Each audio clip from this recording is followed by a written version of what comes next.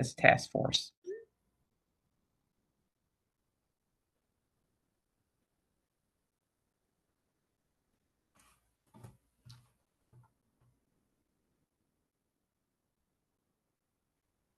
Sheriff Blackwood, I see you came off of mute.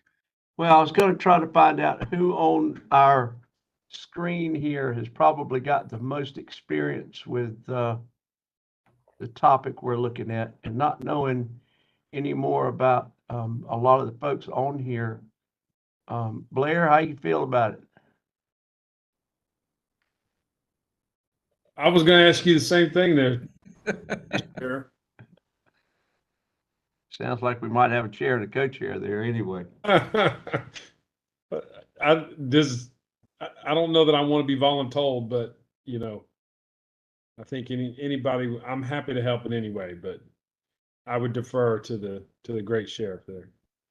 He's got a lot more experience than I do. Well, I got a lot more committees going on too right now. Sherry, how often are we talking about meeting? And that's actually, the meetings are established by the chair. Same talking. Okay. I'll serve until something happens that I can't. Why, thank you. So by acclamation from the task force members, Sheriff Blackwood has been nominated as the chair of this committee. Is everyone in agreement, or any comments? Good choice. I vote yes. Congratulations, Mr. Chairman. And so following that, of course, the meeting schedule, sir, I don't know if you want to have some time to think about it and set up the next meeting, but certainly the meetings are at the direction of the chair. So I will have to look at our calendar.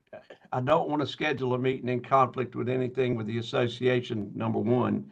Number two, I've got a standing Tuesday morning command staff briefing at 10 o'clock. I don't want to interfere with that. So give me some time with that. How does everybody feel about, you know, here's the way I like to do our meetings, or the meetings that we're dealing with now. In the virtual world, you know, it's kind of, it can happen anytime. In the real world of meeting in a room together, I think there's some validity to doing that, but it also creates another scheduling issue. So at least I think we ought to meet at least twice in person if we're going to meet quarterly virtually.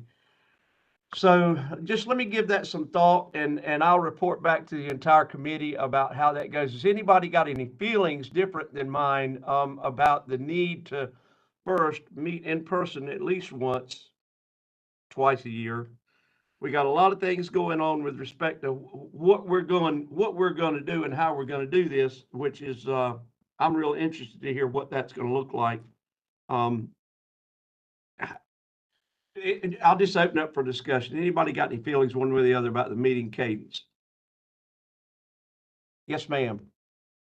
Sheriff, I do think it's important for us to try to get together in person at some point. I think interaction is just different when you meet in person.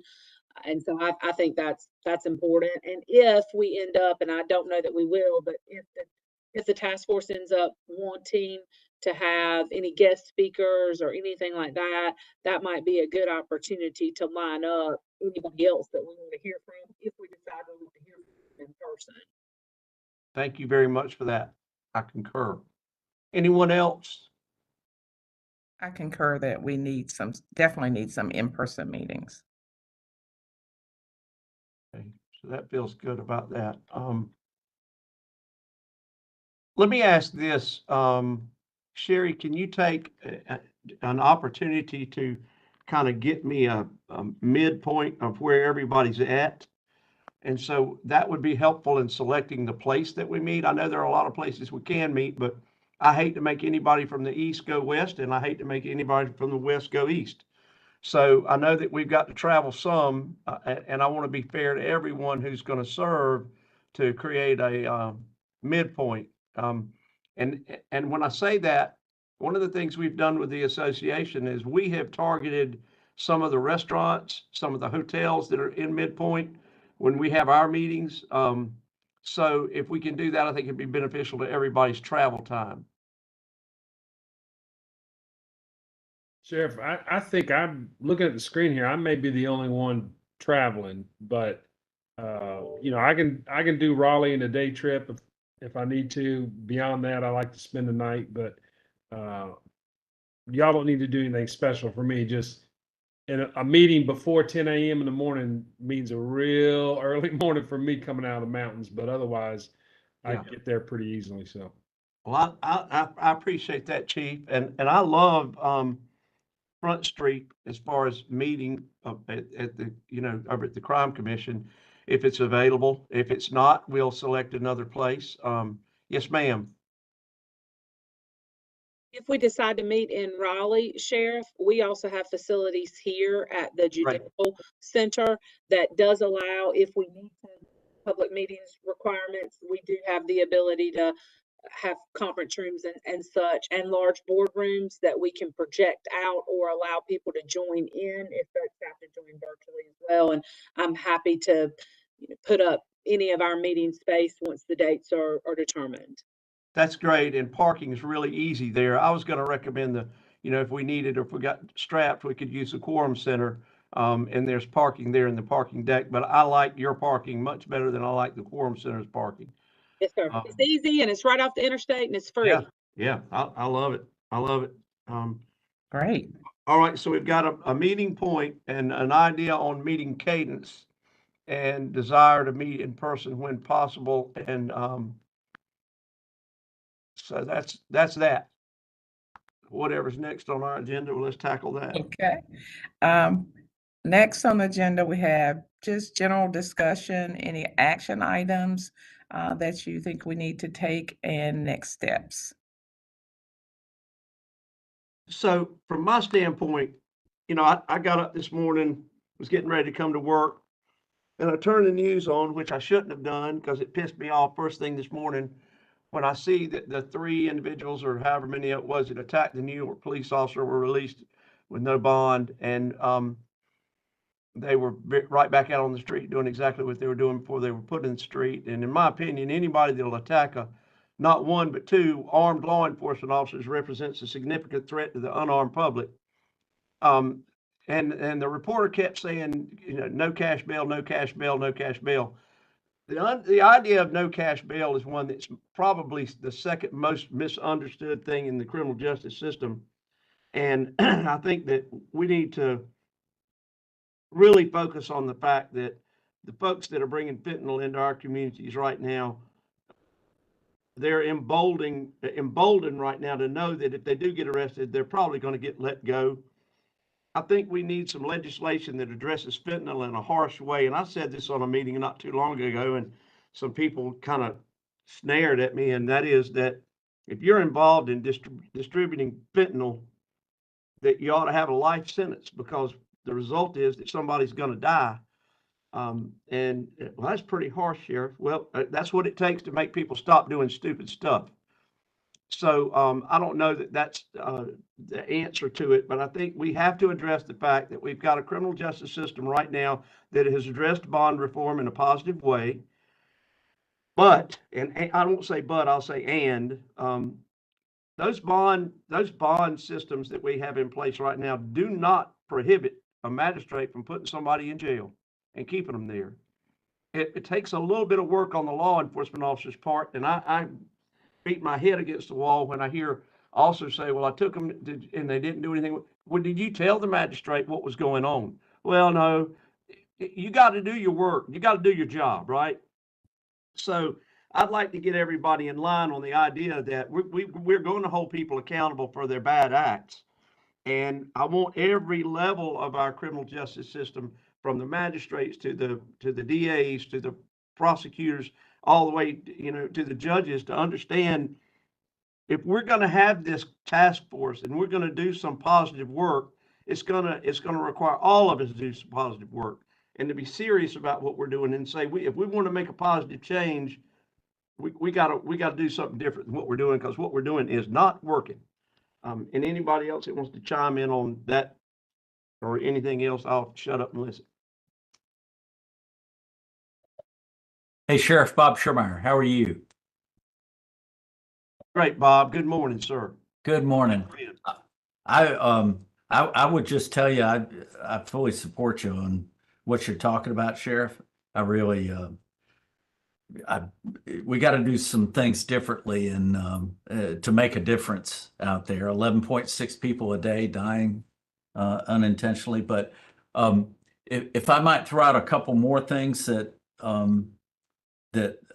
we might want to consider, I'd be glad to get our folks to brief the task force on the status of wiretaps, where we stand. Wiretaps, we all know, are pretty important tool.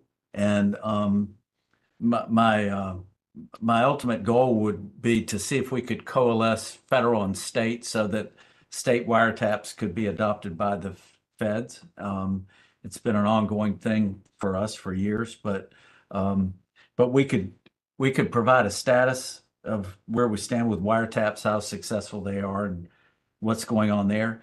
I would also say that as we talk about this vexing problem in our state, there has to be an honest discussion about the border and why, and actually, Sheriff, it feeds into what you were talking about with NYPD, but a fair and honest discussion of the border and how it influences drugs in North Carolina. Also, asset forfeiture, it continues to be a discussion amongst politicians and whether or not it's a good tool or not. The money laundering statute that the legislature has considered in the past would be an excellent tool for us.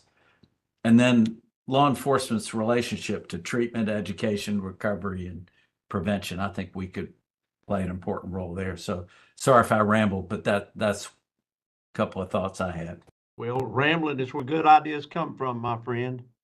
And I appreciate the things you pointed out. The other thing that was brought up in one of our prior meetings with the AG was the idea of taking a look at our laws with respect to privacy of mail, or the laws with respect to allow search or canine sniffs in post offices.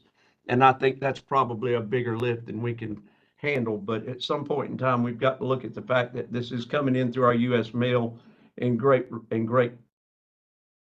We're having a lot come in through the mail. The other issue is that when a county such as Granville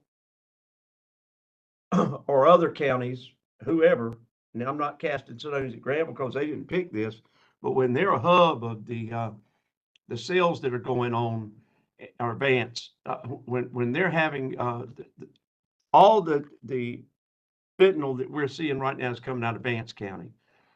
And when we know that, then we need to have a task force that can, and I'm talking, badges and guns, task force go to work in that county and do what they can to help that sheriff and those police agencies up there.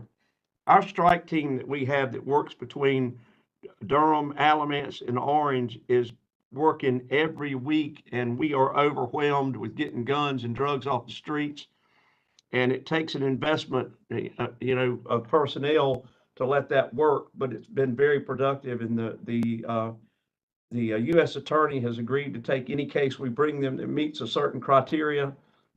I don't think it's, I hate to think that we have to go to the federal system to get justice for what we're trying to work on. And what I mean when I say that is I think it's time for our state prosecutors, and the prosecutors on the screen can weigh in on this.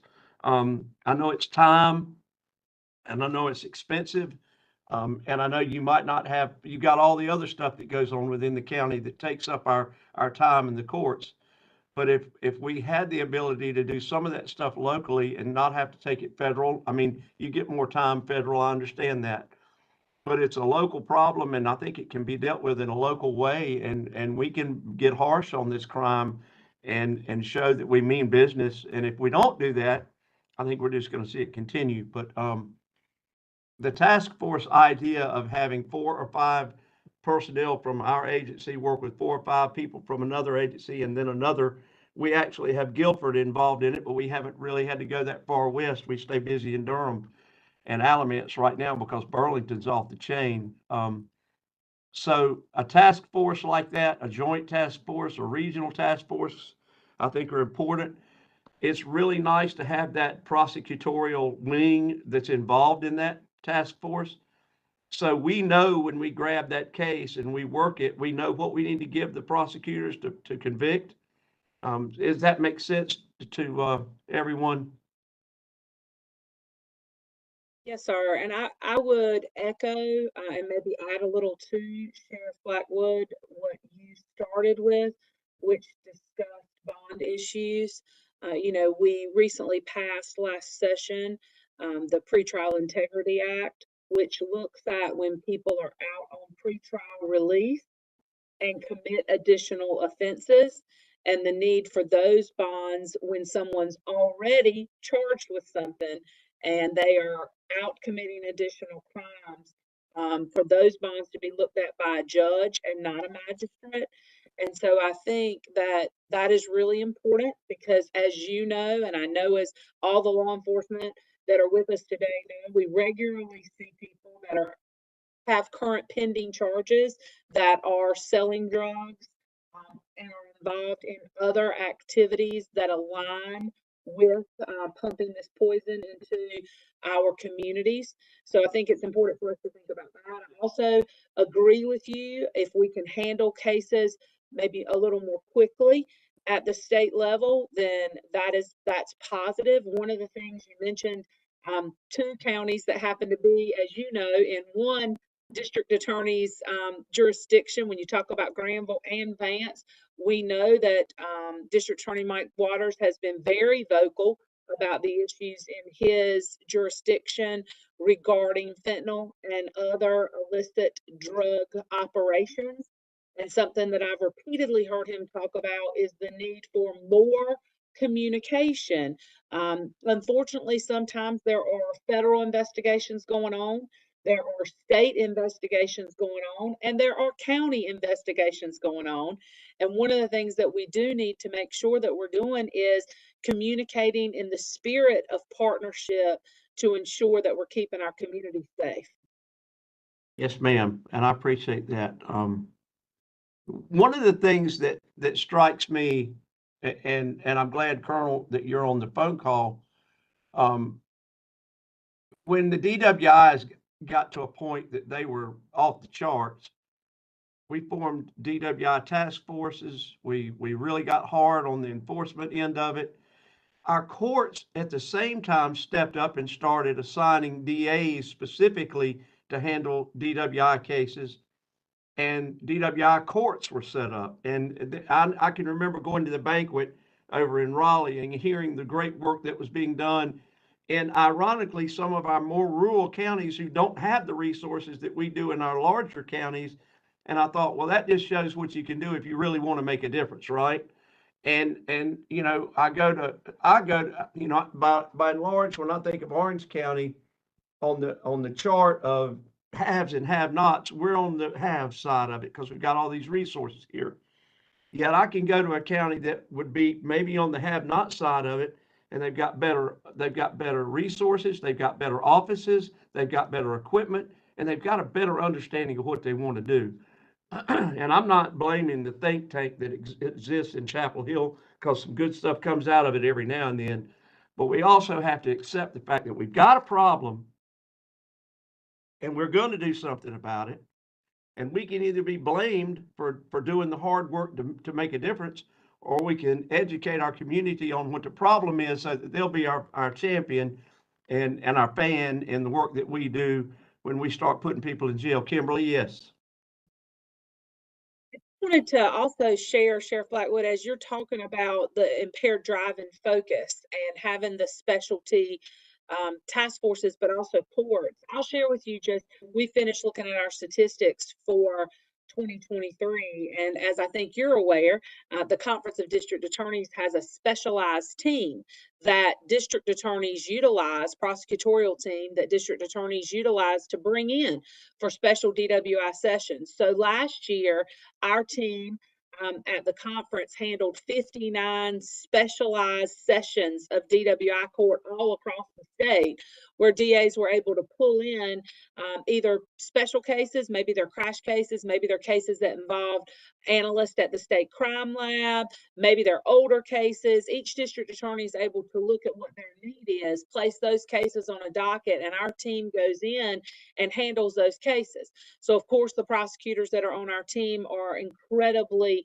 skilled and trained in that area, but they're also able to be very, very focused on that particular case type. In addition to that, more than 1,500 district court DWIs and superior court DWIs were moved by our team. You know, and that's a assistance to what the regular prosecutors in the jurisdictions are able to handle. And so I just wanted to give maybe some other folks on the call that might not have that perspective a little more detail about what you're talking about when we get really focused on you know, getting that done. Our positions here in our office are funded through the governor's highway safety office. We've been partnering in that way for a long time. I actually was hired on that grant when I first left the DA's office and came to the Conference of DAs 20 years ago. And so we've been able to grow that program from one person to now we have 6 lawyers and a contract attorney that also works on that program that's able to go out and help attack that issue. So we have a lot of specialized resource prosecutors at the conference, but we don't have anybody that specializes in drugs.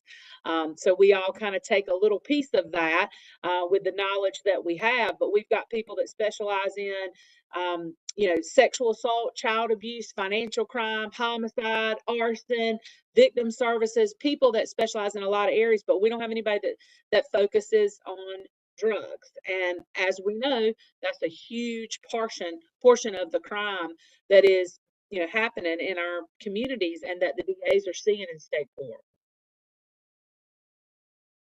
Sheriff, if this is getting me thinking, so the Attorney General's fentanyl meeting, the last one, they were brought up the idea, Mike Yanera brought it to the board for the Chiefs Association about applying for Governor's Crime Commission grant to fund regional fentanyl task force coordinators around the state. And so kind of what you and Kimberly were talking about, I think, you know, it is important that we don't do duplicate work that the AG's group is doing, and maybe we can support each other in that. But I you know, first we were thinking, well, maybe we could find some retired law enforcement folks that would want to do this, who pay for it by grant. But I have to wonder if, you know, if we need, you know, if we're trying to do this on a statewide basis, because, you know, whether you're in Orange County or Henderson County, you're being faced by fentanyl, and it might look a little bit different, but it's still, the impact is still the same in every community around North Carolina.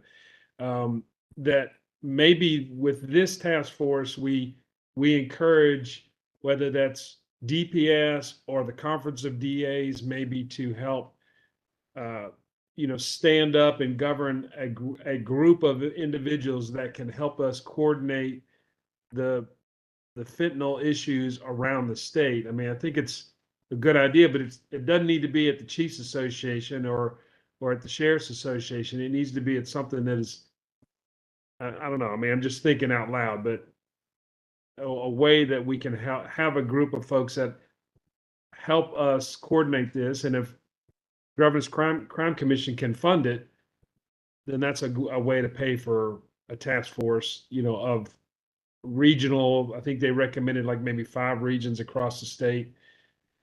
So I don't know what your thoughts are on something like that, trying to support that effort. Well, I think you make a good point in that, well,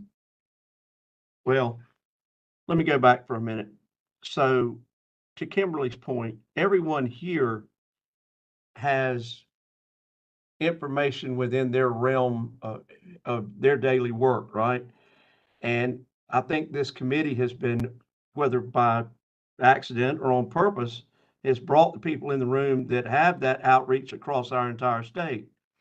Very proud of that. And Sherry, I thank you for allowing me to be part of this. This is an opportunity for us to, okay, this is a paradigm shift, a changing of the rules.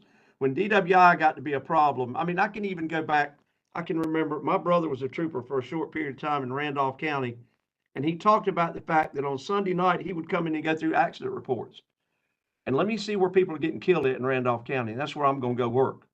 That's called prioritizing the need, right? Putting your resources where they need to do what they need to do. And he would go work that road. Well, he saw accidents start to drop within his county. That's from the boots on the ground saying, I can make a difference, right? So you take that and magnify it, and that's where the Highway Patrol said, okay, DWIs are killing our people on the streets.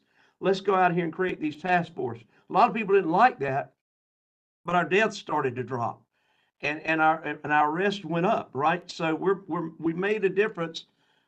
What is it they say? Old sayings don't get to be old sayings by being wrong. The squeaky wheel gets the grease. Right. So right now we got kids dying at a rate that's unheard of behind fentanyl. A lot of them are taking it on purpose. A lot of them don't know they're taking it at all. So we've got to retool and refocus our efforts and our resources towards this. Collectively, all of us on the screen have got control of some small part of what needs to be changed, right? So the idea of having a fentanyl task force or fentanyl court, I don't think that's a bizarre idea. And I think we've got to get our legislators on board with us to say, historically, we worked in one way to address a problem. Now we're going to work in this way to address this problem. Bob Schermeyer, one of the things that's been brought up is that of autopsies. We've been told, and I don't know where this is written, and I mean, I can say that something's true and somebody's got to prove it's wrong, but I've been told that a full autopsy must be done within 24 hours in order for us to prosecute a death by distribution. What happens at the 25th hour to make that not applicable? What can we do to create a better idea and understanding of our autopsy situation? Because I know that with all this being funneled towards our labs, y'all are overwhelmed too. And again, if we're going to create another task force to do this enhanced investigation, we're going to be throwing more stuff to you. Is there a better way for us to handle that? The other I was told is not only do I have to fill out this form and send, but I've got to make a phone call or send a fax or an email too. I mean, there's a lot of confusion about what has to happen in order to get a full autopsy. And I don't know how you handle that. Yeah, Sheriff. So the crime lab is DOJ, but I have had conversations with Secretary Kinsley over at DHHS about the backlog of the backlog of autopsies and getting the tox screens back, because we all find that those are delayed and oftentimes hold up a successful prosecution. I'd be glad to reach out to him to see who might be able to address us and give us some facts, but I do know they're underfunded and understaffed. Kimberly? I can Thank you, Bob. I can provide some information on this because the district attorneys have been meeting with the Office of Chief Medical Examiner, which is where the autopsies, go, for about 18 months regarding issues with the delay of autopsies in general. And then also before this legislation that just passed last year that allowed for a request by the district attorney for a full autopsy, the Office of Chief Medical Examiner was not performing full autopsies, even with request, on potential overdose cases. They were just performing the tox. I will tell you that the Office of Chief Medical Examiner believes, and I've spoken with Dr. Aurelius numerous times, including a meeting last week, where she and District Attorney Lauren Freeman and one of District Attorney Freeman's assistants were meeting with some directors over at DHHS and the chief medical examiner. Their office believes that a toxicology test is all that's needed. Of course, many district attorneys maintain that we have to have that full autopsy to prove those cases. And when the memo went out, and I'm looking at my email right now where I sent the memo to the district attorneys on the 1st of December from the Office of Chief Medical Examiner, that sets up that 24-hour time period that you're talking about. Yeah. And says that the request has to be made within that 24-hour time period. I've spoken with Dr. Aurelius about that, and what she shared was that they are on a time frame, often receiving requests from the family to release the body, and that's why they need to know within that time period whether or not they're going to have to complete a full autopsy, because what they don't want to happen is to tell the family that they're going to be able to release the body, and the family start to plan funeral arrangements and things like that, and then a request comes in and the family's told, wait a minute, we can't release the body until we get this full autopsy done.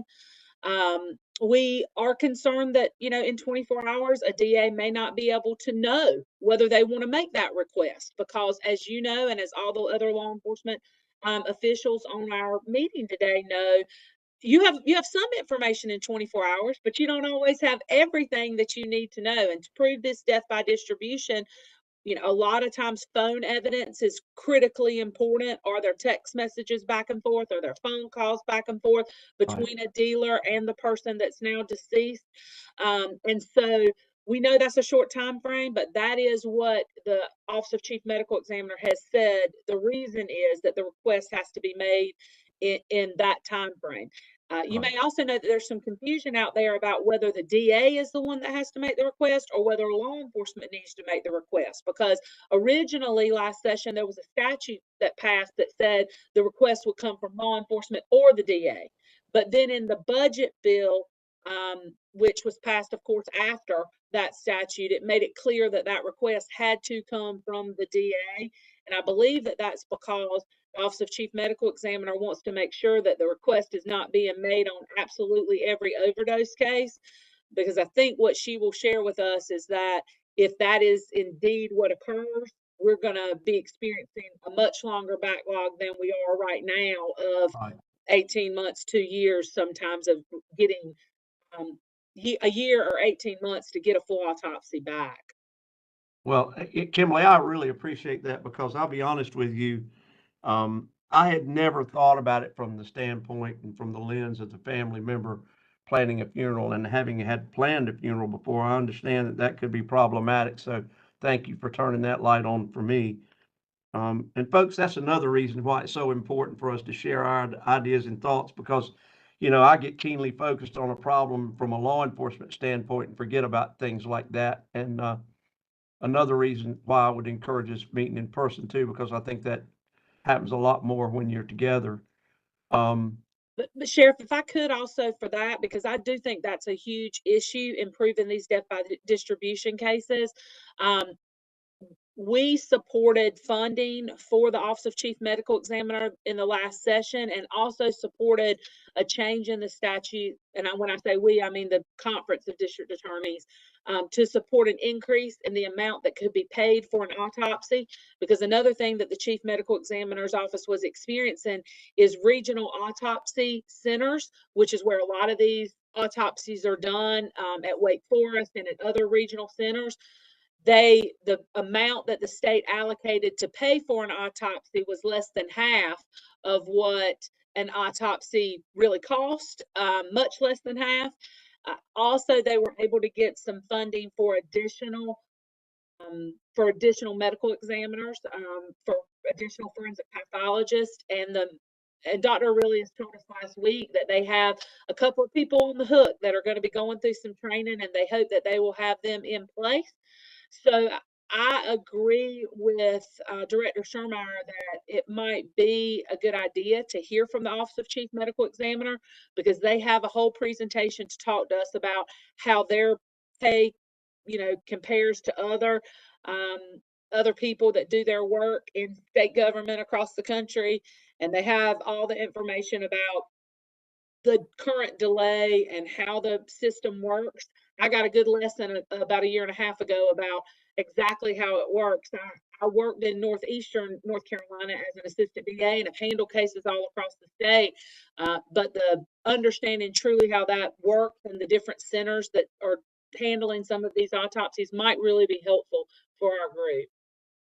I agree with that, and I think that, you know, I know just enough about autopsies to get me in trouble, but it seems to me that if a body is in front of you, there ought to be at least one thing you can do to determine whether or not there's fentanyl in that body. And if that has to be done automatically to every body that comes in, then let's talk about doing that. And that way it's done and the family can have the body and they can go, and that, whatever that is, that thing that we have to collect would be there and we could use it if we need it. Because a lot of times, as you say, we don't know that we've got a death or distribution case until sometimes weeks later, or a fentanyl situation days later. So I agree with that.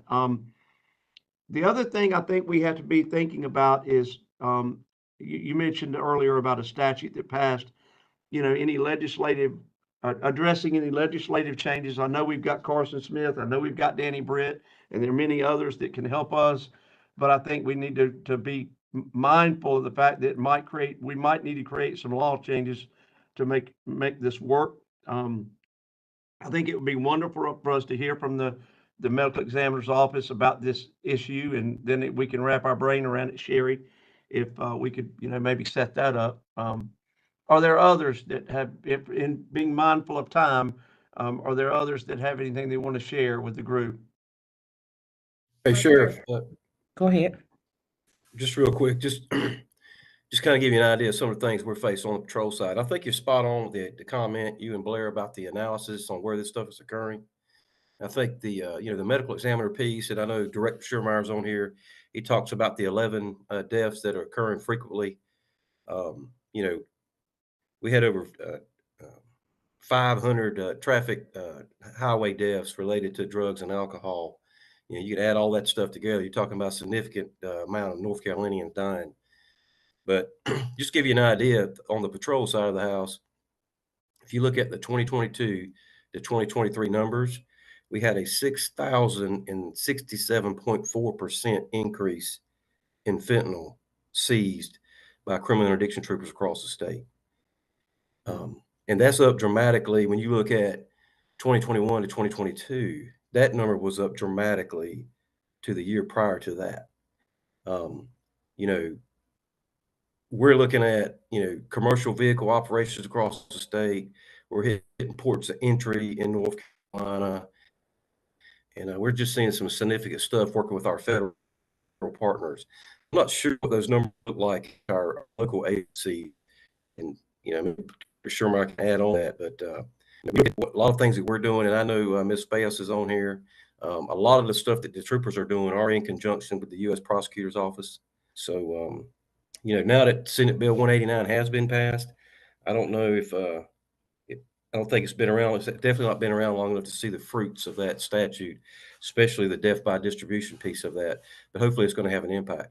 But I do agree with you on your your analysis on. I can tell you that the places where we have DWI courts where that's specific to that is successful. It does adjudicate cases a lot quicker and get some justice. But it's going to be interesting to see, based on the numbers that we're seeing now. And I know you mentioned the border, what kind of numbers we're faced with in 2024. So this group is definitely going to have their hands full and a lot of work to be done going forward. So I just want to add that in there because that's a startling number that we're facing. It certainly is, Colonel, and I appreciate you bringing that to the group. Is there anyone else with any other comments?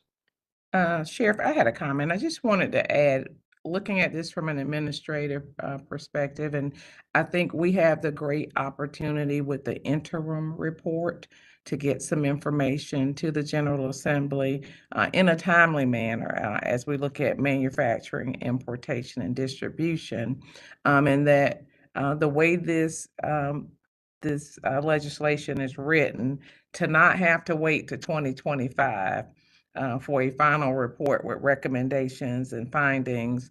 I think that's certainly advantageous to this group in that in a short amount of time, as we're looking at no sooner than this summer, that we get to put some information in front of the General Assembly. So I think we have to be very strategic in what we need to get out there pretty quickly, in terms of what we want them to start thinking for in terms of our immediate needs and what the long-term needs may be. Thank you for that. Anyone else?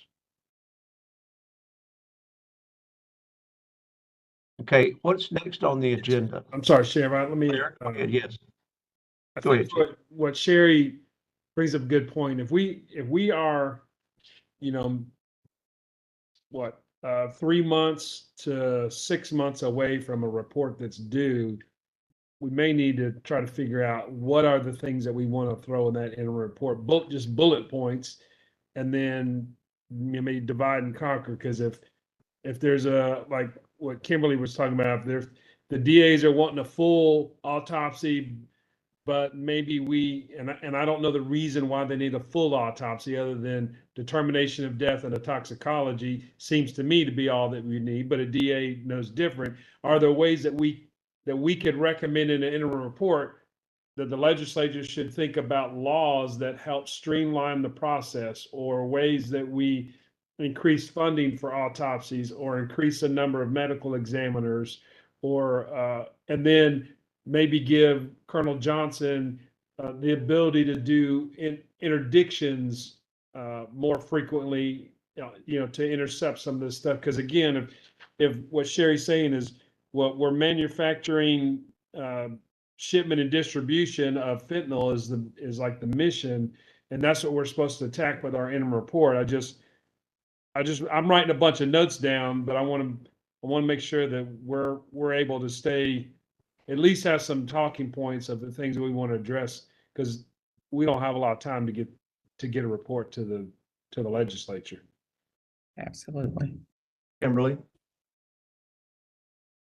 I agree with that, and I'd like to add one more potential thing to the list. I know that many of you have seen national news when we had the young child that came in contact with fentanyl um, in New Jersey, I think, definitely in the Northeast at a daycare center. But we have that happening here in North Carolina. Every month there is some child somewhere that's coming in contact with fentanyl. One of the legislative things we might want to take a look at is what laws do we have in place that we can address those issues? Because I tell you that I'm getting calls a couple of times a month from DAs who children have come in contact with fentanyl in some way, and we don't have a direct statute on that. Maybe that's something we want to think about or look at. Kimberly, I appreciate that. And I'm a firm believer that something has got, I mean, you gotta get people's attention. And, I can recall when the felonious possession of a firearm or possession of a firearm for a felony law came out, and it was said, if you're convicted, you're going to get 12 years in prison, no questions asked, no discretion. Well, everybody really jumped at that. And then within 2 years, of course, that's not how it was done. And I don't know too many people have gone to jail for 12 years for possessing a firearm. Again, you got to make your give match your ask. We've got to do our work to be sure we give the people we ask to do whatever it is that we're asking them to do. We've got to give them the ability to do that. So it's a heavy lift.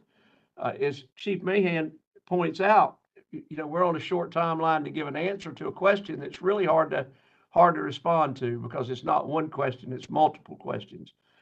But I have faith in the group that we can reach out, and many hands make light work. So in the famous word, Bob, I'll get to you 1 second. I see your hand. In Yes, the sir. famous words of Robert Evans, our chair at the Crime Commission, it's a quote by Thelonious Monk: sometimes it's to your advantage to have people think you're crazy. A lot of the good ideas that we've got that have come out of history came from crazy people, or the people that we said you're crazy. So maybe we can come up with some crazy ideas that'll make a difference. Bob, go ahead. Hey, Sheriff, I just want to go back to, as we talk about this, the strategic implications of finances. And many of us have been over at the legislature where both sides of the aisle have talked about modifying asset forfeiture or actually doing away with it or opposing asset forfeiture. So I would encourage us to educate the legislature again about cartels and why they're in the business to begin with. It's to make money. Certainly maybe talk about the value of asset forfeiture, and then the money laundering statute that we got halfway through the legislature that I think would be an excellent tool for us to use strategically against the cartels and the drug dealers here in North Carolina. Just wanted to pitch that again. Thanks. I agree with all of that, sir. Thank you. Okay, Sheriff, the only remaining items on the agenda are closing remarks, next meeting, and adjournment. For the next meeting piece, I'll just go ahead and say I will make sure that you have the contact information for the task force members as we look at scheduling. All right, and I'll try to work this afternoon on creating a couple of the cadence and timing of meetings and go from there with that. With respect to closing remarks, does anybody else have anything else before we get close to adjournment? Anyone at all? Okay.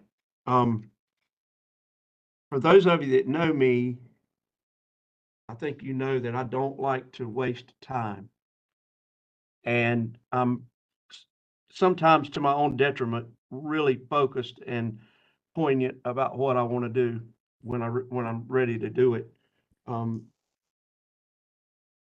If we're going to meet and we're going to have this task force and we're going to take the time to talk these ideas through, I'm 150% committed on making a difference, making a change.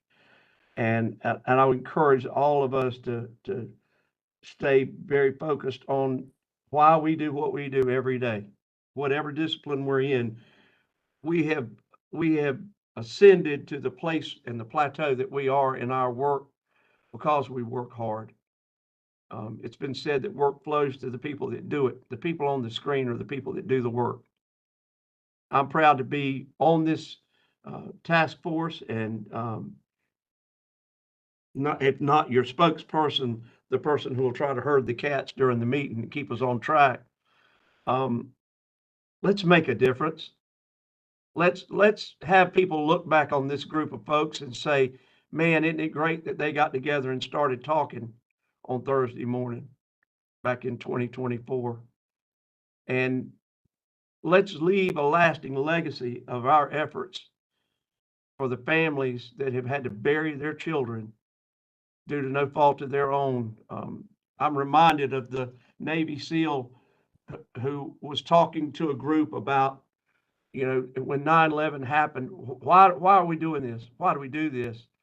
And he looked at the audience and said, we do it because of the woman that jumped out of that building that morning after she dropped her children off at daycare because she didn't have a better choice than to jump out of that building when the planes hit it and it was on fire. And her last act of decency was to hold her skirt down so that her underwear didn't show as she was falling to her death. And let's think about those kids who are in college trying to get an education, and somebody puts something in something that they drink or ingest or whatever, and their lives are over. And I think about our young Carolina student who was just recently buried, and her parents and what they're going through, and the fact that the gentleman that sold that narcotic to her could give two damns whether she's living or dying. Let's make a difference. Let's make the time that we spend with each other count, and let's make this matter. And with that, I would look for a motion for adjournment. I move to adjourn. Motion and second, Kimberly and the Colonel. I'm left to think, other than that, Mrs. Lincoln, how did you enjoy the play? I think what we got to say is let's go have a good day. Let's have a good weekend. The sun is shining. Let's go outside and let it charge our batteries and go to work. And I wish all of you a great day and a great weekend. And thank you for your time. Thank you. Thank you all for joining. Thank you. All in favor, cut your screen off.